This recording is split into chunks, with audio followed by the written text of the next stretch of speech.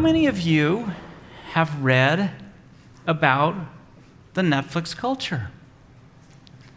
That's amazing. You've all been to Netflix's job hunting page.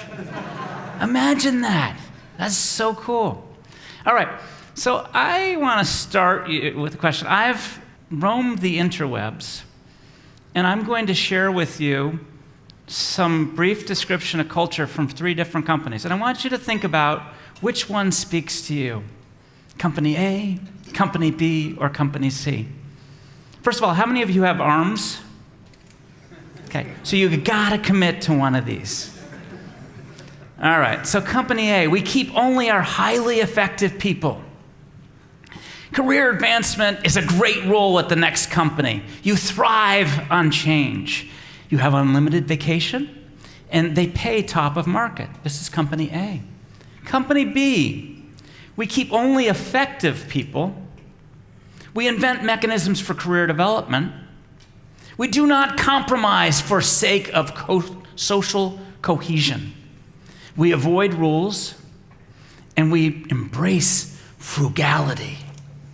And Company C, we make big, bold bets. Sometimes we fail, but failure makes us smarter. We ensure people of diverse backgrounds feel welcome. We work tirelessly to earn our customers' trust. We do the right thing, period. We help each other and those that matter to us. And we value ideas over hierarchy. So I'm going to give you a little summary. A, B, and C. How many are on board with A? Little pockets. A pockets. How many are on board with B? Smaller pockets. And how many are on board with C? Oh, it's freaking me out. All right, so you want to know what company you just joined. So Company A is Netflix. Company B is Amazon. And the rest of you just joined Uber. Now remember, this is the Uber that had celebrated disasters related to their culture. Really hard problems to solve. So welcome to Uber. Hope you enjoy it. And what can you learn from this about culture? So the first thing, the reason I put a fish, in that case, the fish stunk a little bit from the head. And that's why the culture had so many challenges. But the real issue is that folks failed to walk the talk. They had these nice sounding values, and people failed to work to them. And as startups scale, in the beginning it doesn't matter that much. With startups, good intentions is good enough. But as you scale, that runs out. And culture needs constant care and reinforcement, which didn't happen at Uber. And all of you were attracted. There were magnets in the description of Company A or B or C that attracted you uniquely. And there were repellents, things that you found off-putting. And those are neat and rare things about defining your own culture. And it's meant to help you to evaluate fit, if people actually live those values.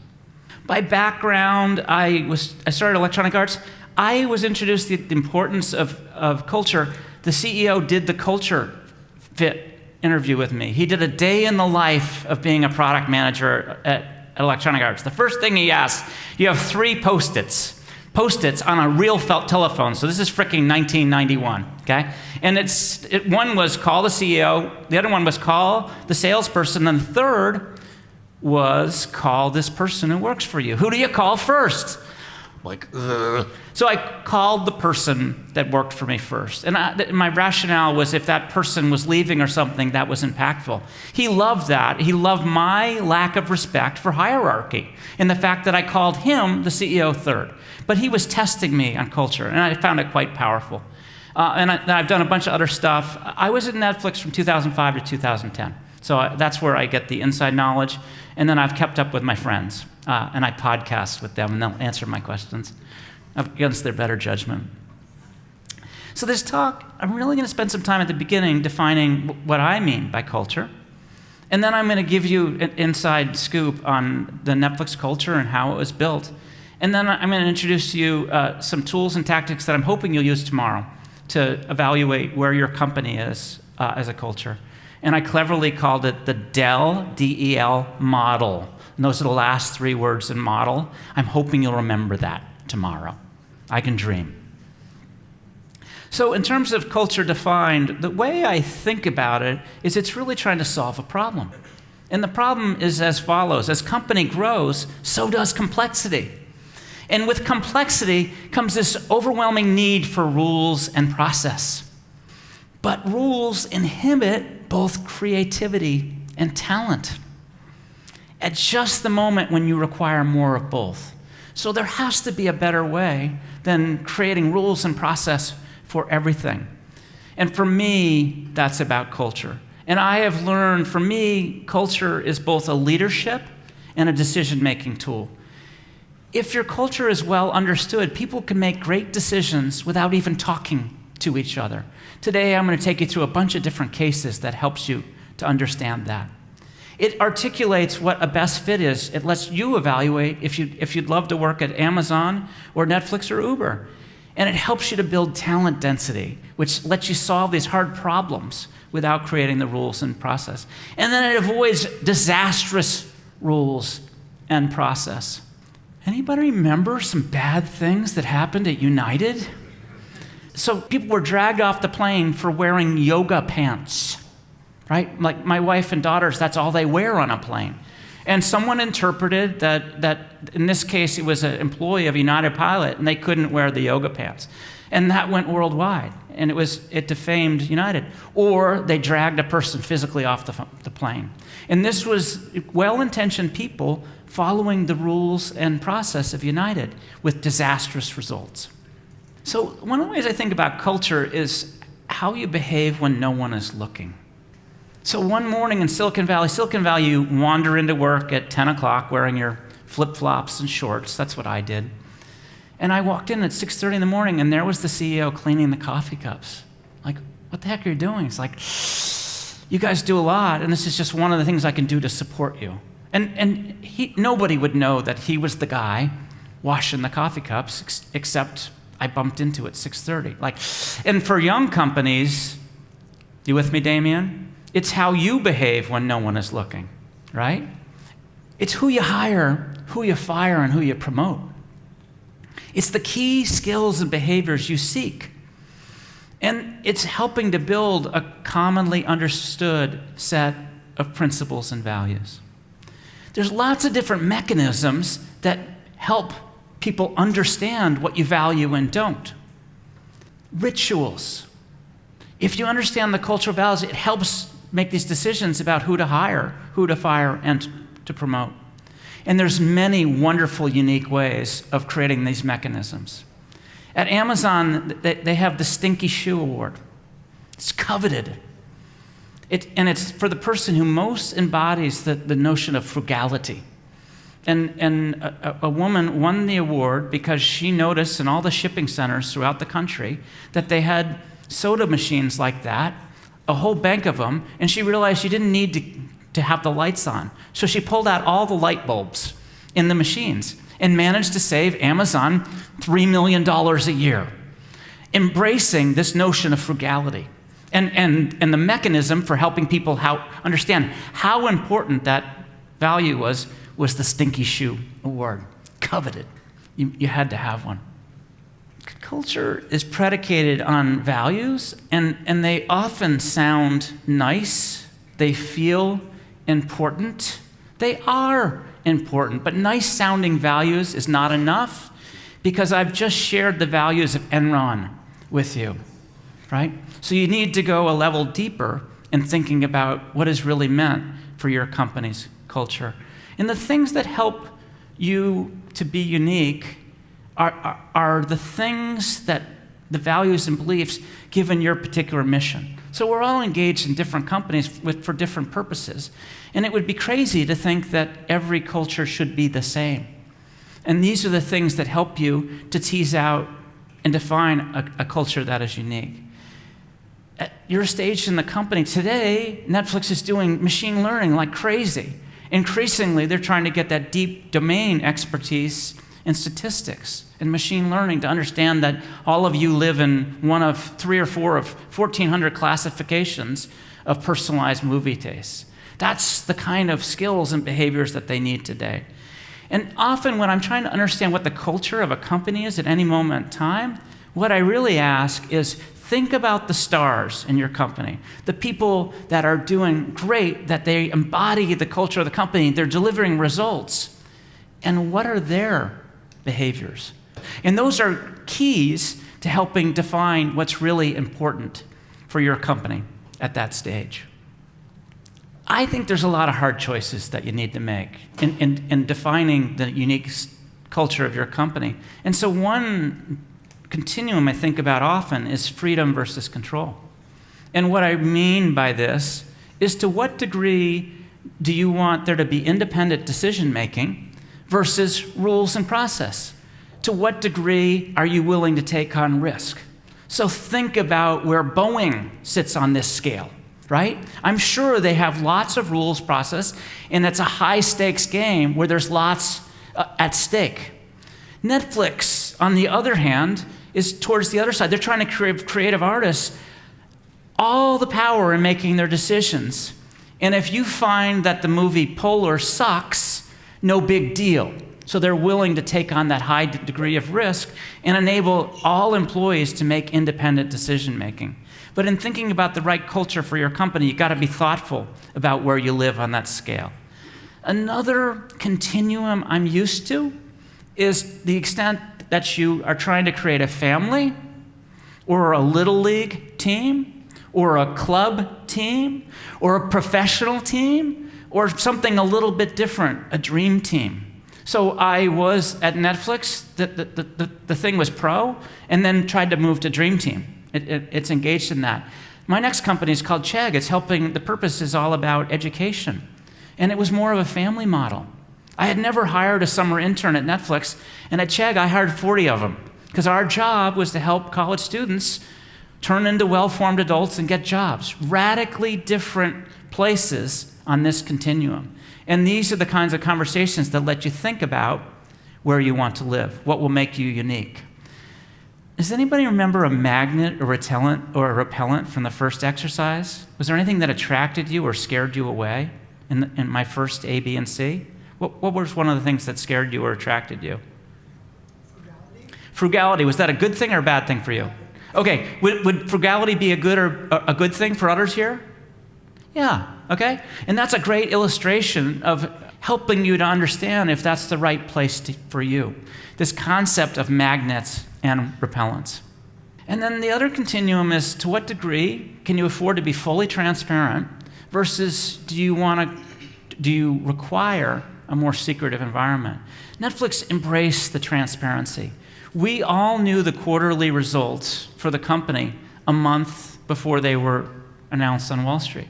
That was important, transparent information, so we could make better judgment about how to grow the business. And no one blew it. There still hasn't been a case of insider training or anything else. Think of a company that requires a high degree of secrecy in what they do. And I'll give you a clue. Look carefully at the illustration here. Okay? So Apple, they're in hardware. They don't want folks to know their plans, and they're committing to hardware a year and 2 in advance. And if that secret gets out, they could be totally hosed. So that's an example of a company and the reason why they've chosen to be highly secretive.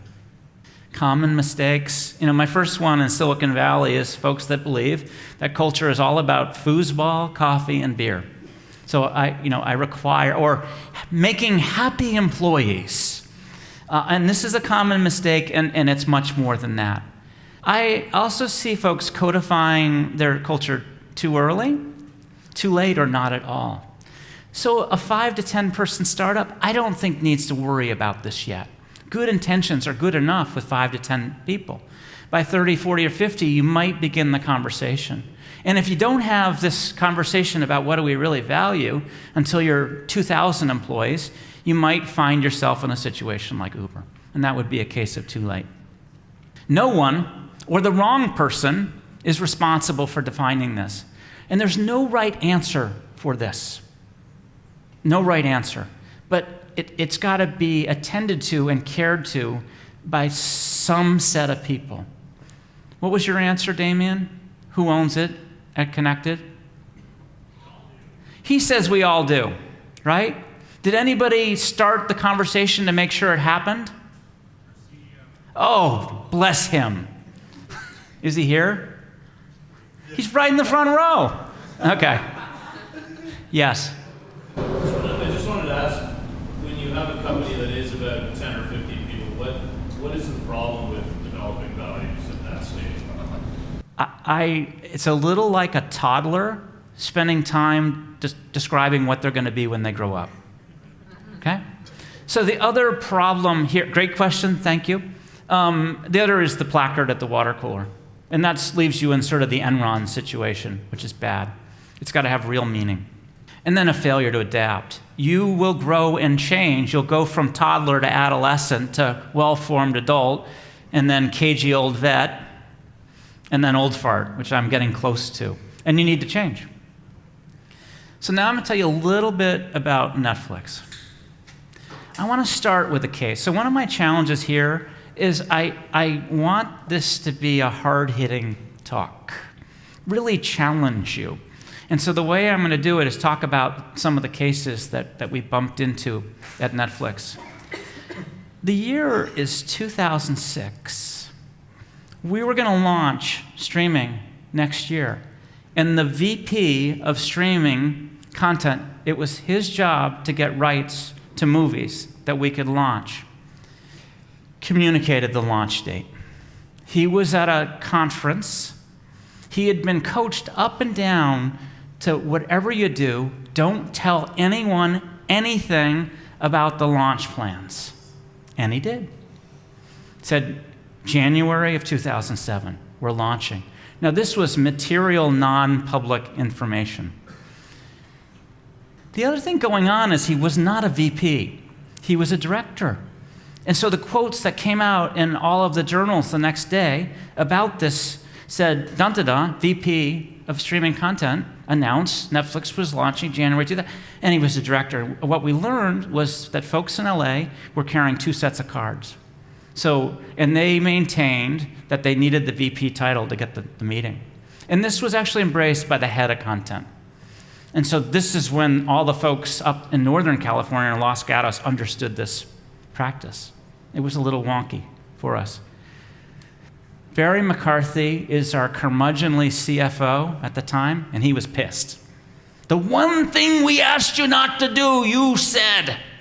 And it was in a Q&A. He was trying to be nice and helpful, answer people's questions, trying to be pleasant, trying to be nice. And by mistake, he gave him more information than should have. So Barry had to do a press release saying Netflix is going to launch its streaming service in January 2007. And I was pissed because we had never, ever, ever launched something according to a schedule. And I had no idea if we could do this. And so the question is, in this case, do you do nothing with this employee? Do you reprimand? Or do you fire the person? So I want to read the mood of the room. You got to use your arms. How many will do nothing? How many will reprimand? This is the talking to. And the hard ass fire people? Wow. What you're thinking? I just think it's an example. Okay, so tell me more about the example that you're trying to set here. I think it's disingenuous to carry around business cards and pretend you're something you're not. Okay, two sets of cards feels like lying. Keep going. Yeah, and I think that it seemed pretty clear that he should have done the thing that he did. Couldn't have been clearer and did exactly the thing that we asked him not to do. Yep. And what does it say about Netflix and the company if we fire somebody who makes a mistake? Don't make mistakes. Okay, and this is a company that prides itself on experimentation, on taking on risk. And what happens when you make a mistake and you get fired? What are you sending? What is the message that you send to the rest of the company? Don't take risks. And can you begin to see how this conversation was helping us to define our values and who we wanted to be when we grow up. And I'm sure you're quite curious how it played out. So we reprimanded. You want to hear the response? I didn't think it was that big a deal. Whoa.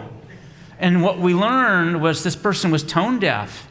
Our willingness to be open and transparent with all employees was suddenly threatened by somebody who didn't understand how important it was to uphold that. What if, by mistake, they released our quarterly earnings? Even bigger. And so by the end of the hour, that turned to fire. The dual card system was thrown out the window.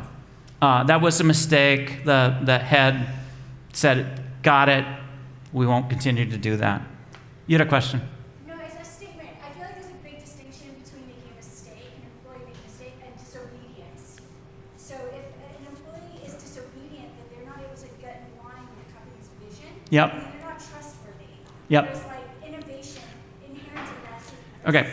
So her point is she believes this person was being disobedient. It was more than lack of judgment. Yes. Were you a reprimand or fire? Fire. Initially. Yes. You're hard ass. Yeah. Okay. So what I want you to learn from this is how important for us cases and role-playing were. We did this a lot. A person goes home on a Friday night, takes home 4 reams of paper for their printer. Do nothing, reprimand, fire. We actually said do nothing. They're working at home. Person takes 5 cases of soda, kid's birthday, worked hard that week. That's a we played these games all the time because it helped us to simulate this future decision making, to help us to tease out what was important and not to us. It tested our beliefs and our values. And in this case, the firing of this person was an exceptionally strong signal to the rest of the company how important it was in a fully transparent environment not to let stuff leak to the outside world, and how important it was to have employees with incredible judgment in every position on the team. And that's what it said, and that's how it was perceived. Go. Right.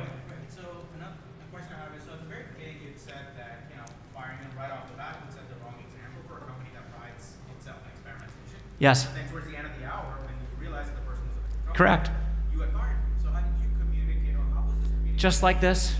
You're well-formed adults. You can follow the bouncing ball. You understood immediately when we represented the person was tone deaf that actually the decision needs to go a little bit further.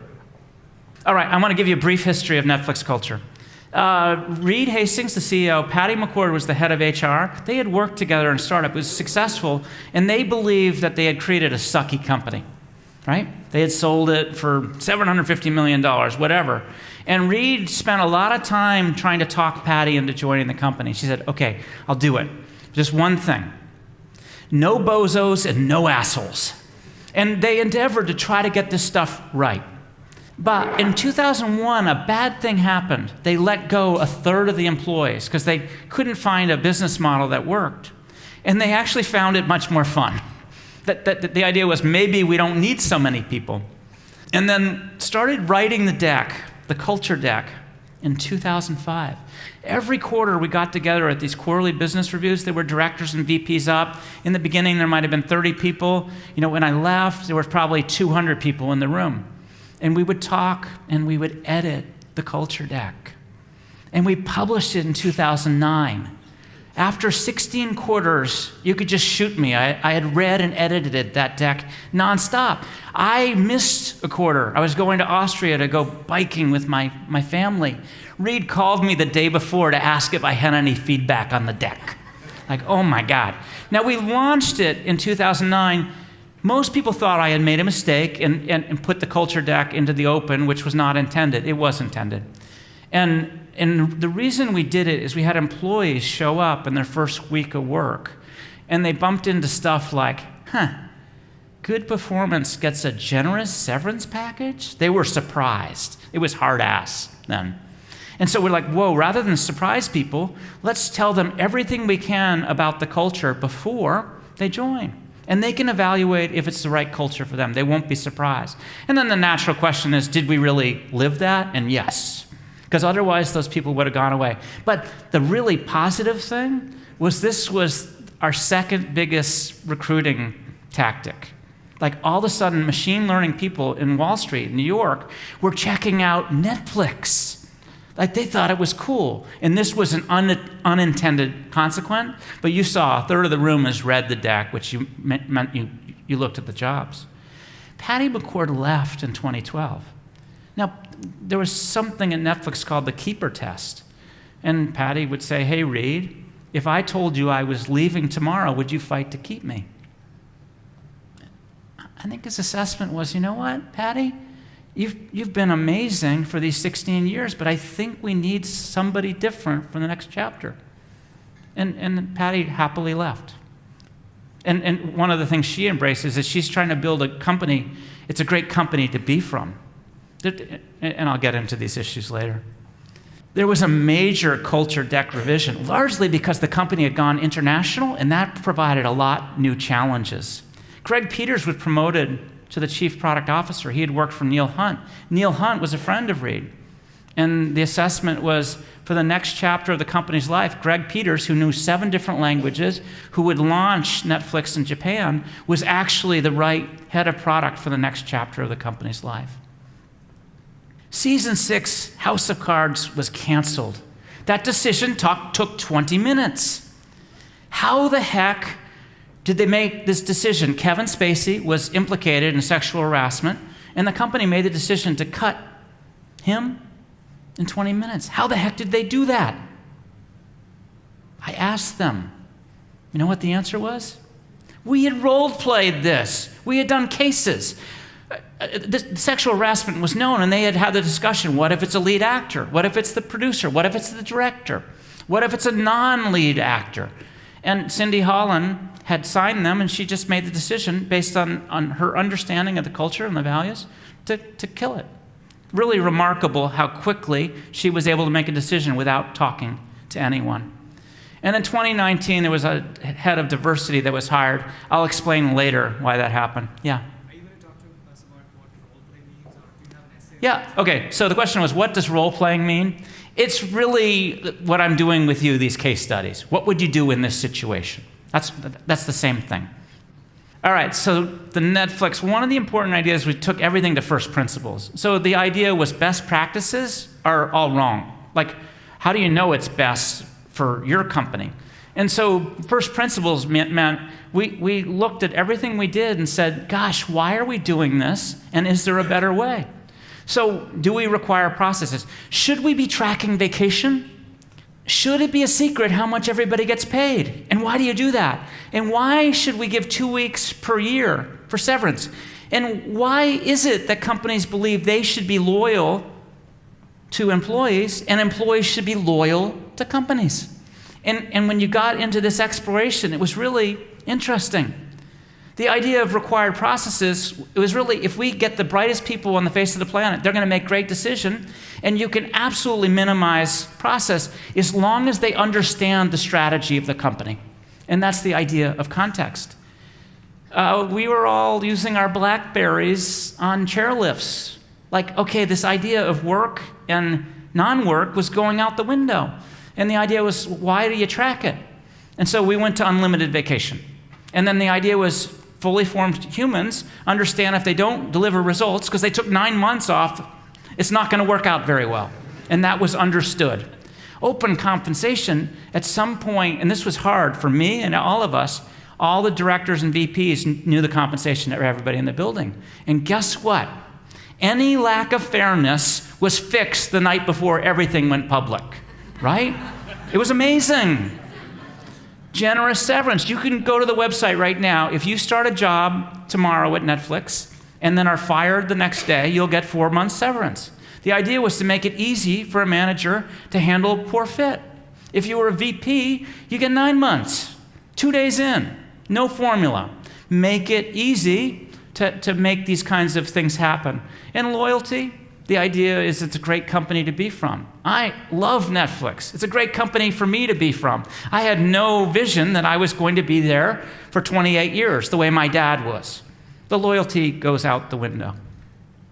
The mechanisms that we had, Took me a while to understand this, but actually editing the culture deck, 120 pages, was an incredible mechanism for reinforcing and instilling these values, the beliefs. What do you think? The cases and role-playing. What would you do if? Did a lot of that. And all of this was central to the hire, fire, and promote conversations. You would do a cultural screen on candidates. Are they the right fit or not? At promotion, gosh, does this person embody the beliefs and values of the company to the extent that they should be promoted to VP? And there's lots of unique ways to reinforce culture. I was at Electronic Arts. I can still tell you achievement, customer focus, teamwork, integrity, ownership now. Those are the values. Because it spelled something. It spelled action. And every quarter, we would give an award in each of those areas. So I'm there in my first 3 months, and I suggest quarterly awards. This is Barry McCarthy, the curmudgeonly CFO I talked about. He's like, quarterly awards, just frickin' shoot me. So the idea was, we're a pro team. You don't need to give out awards every quarter. It's just not consistent with the values of the company that we were trying to build. We had lots of mechanisms for people. So the culture deck was a really important tool in hiring. In the firing, I've already talked about making it easy when you realize you got the wrong person in a position. And the idea was you had a star in every position. At this point, like, do we have the best person in each role that we have?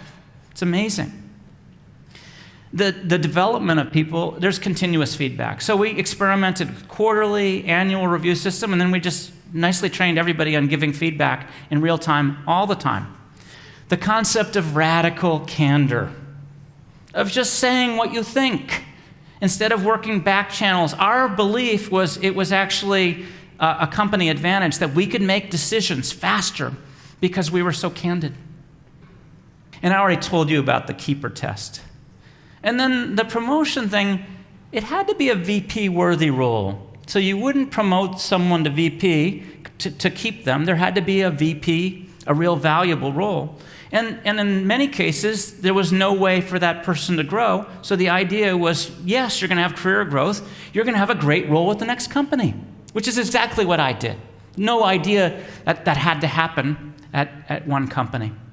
And the unique things about Netflix is this idea of talent density, this notion of dream team, the best person on the face of the earth in every position, the notion of freedom and responsibility. These well-formed adults with great judgment have the freedom, and also they understand the responsibility inherent in that, where they don't leak quarterly earnings results. There's very few processes at Netflix. So one of them is context, not control. And so the most important meetings at Netflix are all about defining the strategy. So everybody in the room understands the company strategy, and they're able to define the strategy in their area. They can define the metrics, the tactics, the projects, and that's the most important context, and then let people run. The concept of highly aligned and loosely coupled. One of my first months at Netflix, the head of content in LA dragged me into his office and said, "Gib, look at my freaking homepage." I'm like, "What, Ted?" "There's an expensive new release on my homepage." And I said, "Ted, do you think you would love that movie?" "Yeah, it's going to be freaking awesome." And then the other thing I nicely confirmed is just because it was on his didn't mean it was on every member's. It's a personalized system. The idea there was that it wasn't his decision to figure out the merchandising system. I made those decisions. I didn't even really need to talk to him. And he didn't need to talk to me about, should we spend $100 million on House of Cards? So we each had our position, we had our metrics, we had our strategy, and we didn't have to do all that chatter with every function, so we could operate much more independently. There are some processes at Netflix, largely in the financial area, right? SOX compliance. And so it's not to say there is none, but there is as little as possible. And at the end of the day, the company continues to be highly open and transparent. And it is about movies. It is about storytelling, and you're reminded every day of that if you walk through the building. So here's an articulation of the culture. It encourages decision-making by employees. I would encourage you to go and read. It's no longer 120 pages. It kind of fits on 10.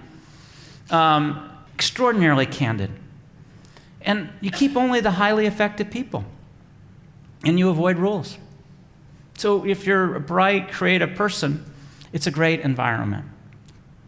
The challenges. So look at Netflix. It started with the starters, the startup people, building something out of nothing. And then it had to grow, and I'm a builder. I come into startups with a proof of concept that's ready to scale, and then I help scale it. My team didn't believe in A/B testing because you had to build multiple versions of it. My first year, I had to rebuild the team from scratch to build a team that embraced A/B testing and consumer science. And when you went on to pro, at some point, I knew I wasn't the right person. Luckily, I was the English major that had taken statistics at business school. But they need folks with PhDs in statistics. That's when I go off to my next startup, which was Chegg. And the dream team, it's just amazing the knowledge that they have in different areas. It started with DVDs by mail. And then it went to streaming. And then it went international. And today, it's an original content company. Think about how radically different the company is at each of the different stages and why they need different people at different stages. There is no shame in not hanging through all 4 chapters of this. And think about the changes in the company. In the early days, it was all about Silicon Valley technology people in Los Gatos. And then at some point, the race was on to get great original content. And the locus of power, if you will, shifted down to LA. That was a challenge for the company and its culture. And think about this. You are everybody's in the company trying to embrace radical candor. And suddenly you've expanded internationally and you have 400 employees in Japan. Think about them on radical candor. And now the question is, does the company have to change and adapt, or do folks in Japan have to change and adapt? And it was thoughtful and considered. And what happened is they gave 5 months of training to employees in Japan about the importance of radical candor and how it can empower and make people make faster decisions without talking to each other. And they love it. But there was that commitment and that knowledge that to help people from a different culture to get to this place of radical candor. So those are some of the challenges. So I have another case. Yes, you have a question. The question is, you saw these changes. Did the values and the principles of the company change? And the answer is yes. So the deck, if you look at it, it was edited all along, right? To acknowledge some of these differences. And then I sort of mentioned there was a major revision. It was largely acknowledging some of the challenges of creating a culture that worked with people all over the world. And there were some other challenges. Yes?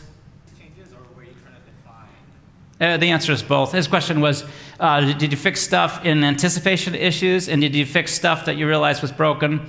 And the answer is both. And very little anticipation. That's hard to do, right? Yes? How did you communicate the change in values as the company changed direction? They were all articulated in the 120 pages of the deck that everybody understood. And we'd talk about those changes every quarter. Yeah.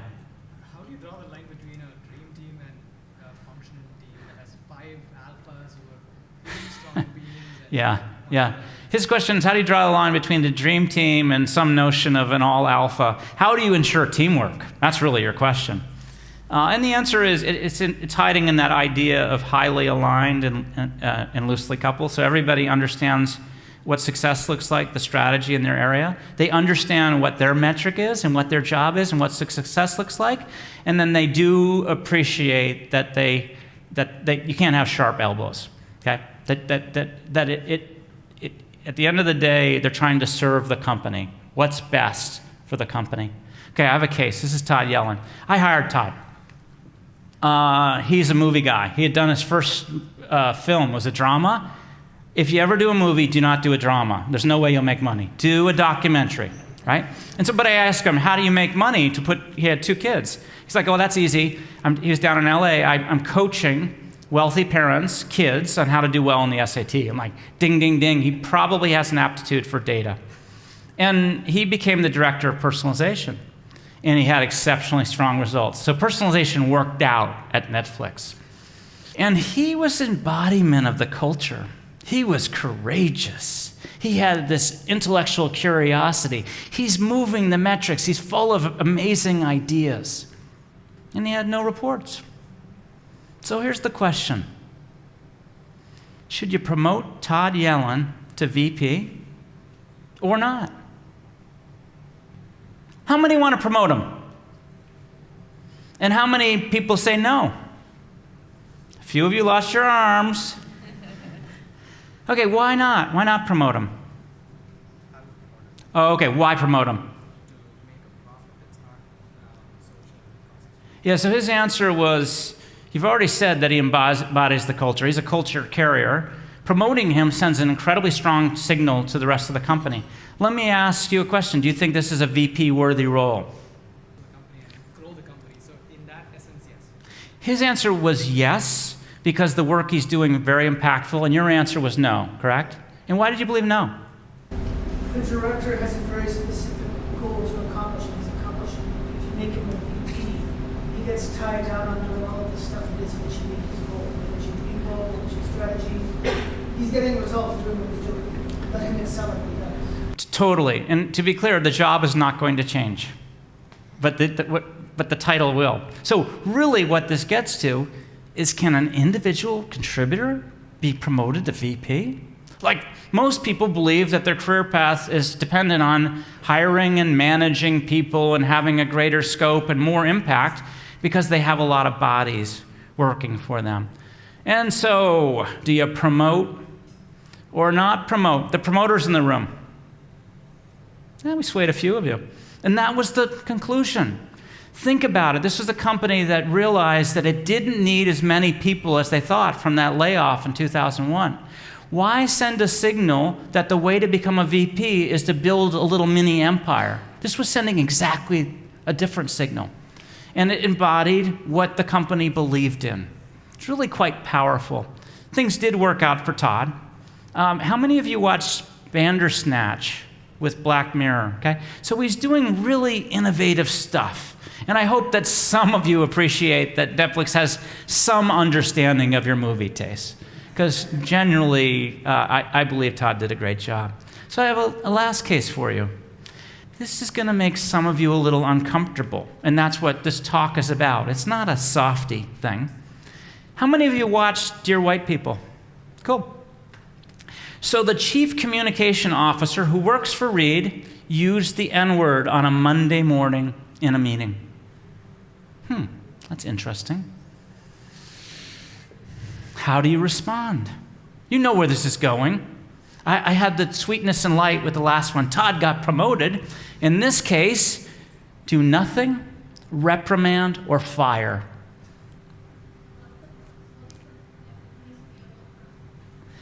I'm going to guess what your question is. I couldn't hear it. So the chief communication officer looks a lot like me. Okay? Yeah. I guessed correctly. Worked out. You know, I think he was watching a lot of Netflix comedies with African-American artists, and they're using the real word. I don't know if he didn't understand you can't actually use the word. I mean, I got to say, before I started talking about this, I didn't say anything. So it took me a little to say N-word, right? Yes? What was the context in which they Yeah, there's about 30 or 40 people in sort of a staff meeting. My guess is he was reflecting a little bit on stuff that he was watching. And what happened was one of the people in the room was very uncomfortable and went and talked to Reed about it. So this is Reed's decision to make.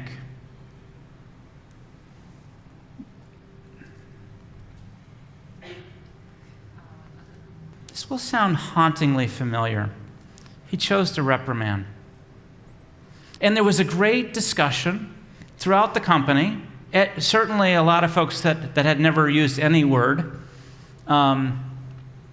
This was talked about. And one of the things I love about Reed is, for him, one of his definitions of leadership is sometimes being a better leader just means being a better human. And like, I was able to talk about this case with my family. It was a great discussion. Reed reprimanded. and then he fired. He used the word a month later. And that was it. Okay? In fact, he made it a public case. So this was the headline. So this is Reed acting off the culture and beliefs of the company at a company that's wanting to grow amazingly diverse. And this is the reason that they hired a VP of diversity. Right? This is really challenged by this case. All right, so for you, my hope is tomorrow morning you'll be thinking about this, and I want to give you some tools that I hope you can apply to your jobs. I am a leader. When I was a punk kid in an individual contributor role, I behaved like a leader, right? Like, I just love it. And so I know, like a lot of this, you can take a leadership perspective, but I think it's, as Damien pointed out, it's incumbent on all of us. So all of you have some responsibility in this area. So I call it the Dell model. The first thing I want to make super clear is do not try to replicate Netflix's culture, right? You have a different mission, you have different skills required. Do not cut and paste this. It will be a disaster. And most of you really weren't interested in it, which I deeply appreciate, okay? You're happy at Uber, that's all good. So it's likely poor fit for you. So when in this model, the first thing I think about is, what are you going to do to define it? And is it well defined? The second is, it needs ongoing care and attention, editing. And then at the end of the day, it's all on us to live it each and every day, even when no one's watching. So on the definition, make sure the timing is right. Like, I think it's a waste of time to talk about this at 10 people. 30, 40, 50, cool. And if you haven't had this conversation in a 2,000-person company, you better get on it. And I don't know the right answer for who is the owner of this. At Netflix, I actually think it was super important to Reed because he had screwed up his last company. And Patty helped a lot, but it was to me, it felt like a team effort, each of those quarterly business reviews. At the end of the day, define your principles, your beliefs and values, the skills and the behaviors of your SCAR. Today, if you look at those people that you believe are culture carriers, what are their skills? What are their behaviors? And those are clear clues to defining your culture. And make the hard choices. I gave you a bunch of different scales: freedom versus autonomy, your degree of risk you're willing to take on, the degree which you need rules and process or not. Whether you're going to be a family or little league or pro or dream, those are the decisions you need to make. And think about what is unique, the magnet that you hope will attract the right people, and the things that will repel the folks that you don't think are right for you. The editing, people ask me, how did you think of all these cases? I think there was a lot of teachers at Netflix. Reed had left, Bowden, and then he taught in the Peace Corps. Patty was a teacher, and role-playing in cases are one of the most effective ways that I have found for teaching. And recognize that over time, you have new requirements for the company, you have new stars, and your culture will have to be edited. And then ask yourself that first principle thinking, why do we do this? And how could we make it better on an ongoing basis? Don't chase after this notion of best practices, because oftentimes they aren't. And experiment. This is hard. And most people are a little loath to experiment with humans. Do the opposite. Try stuff and see what works for you and doesn't. And then on the living, invent mechanisms. Airbnb, new employees go through the goofy little tunnel. People stand up and they go through. It's like club soccer, okay? It's an important ritual at Airbnb, celebrating the people who join the company. Every company's, like at Creative Wonders, we had the Eddy, a CD-ROM disc. This is kids' software, was returned to us, and it had a bite taken out of it by a 3-year-old. And that was the Eddy. And every quarter, somebody would get the Eddy for sort of customer obsession. It was cool.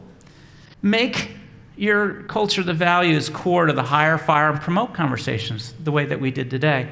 And challenge the articulation. If you see something in the articulation of culture that doesn't make sense, or you don't understand, or just feels wrong, do that. I wish more people had done that at Dear Uber. And if you see somebody, while you're watching, engaging in a behavior that isn't consistent with the culture, like using the N-word, do something.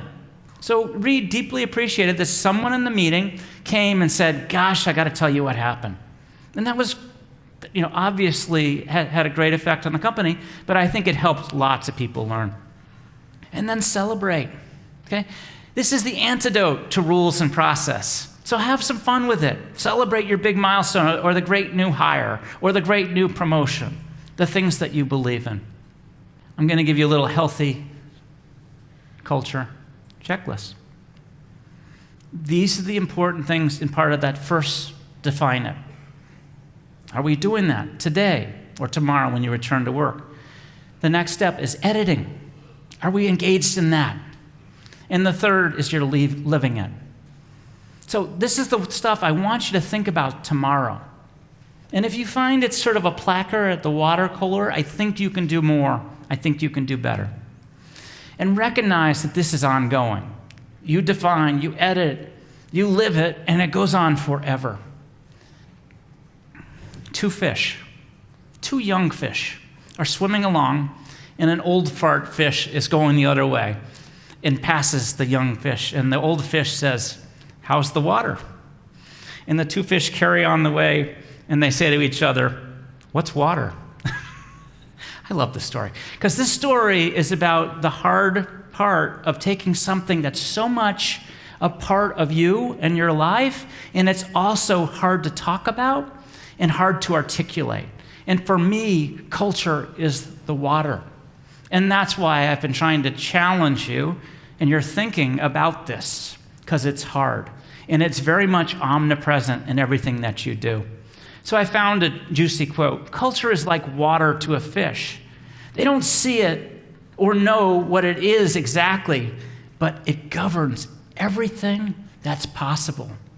At Netflix, there are really 2 things that Reed believes in. One is strategy, and the other is culture.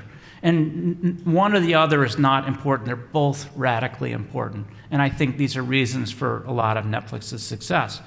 So with that, I'd like to say thank you.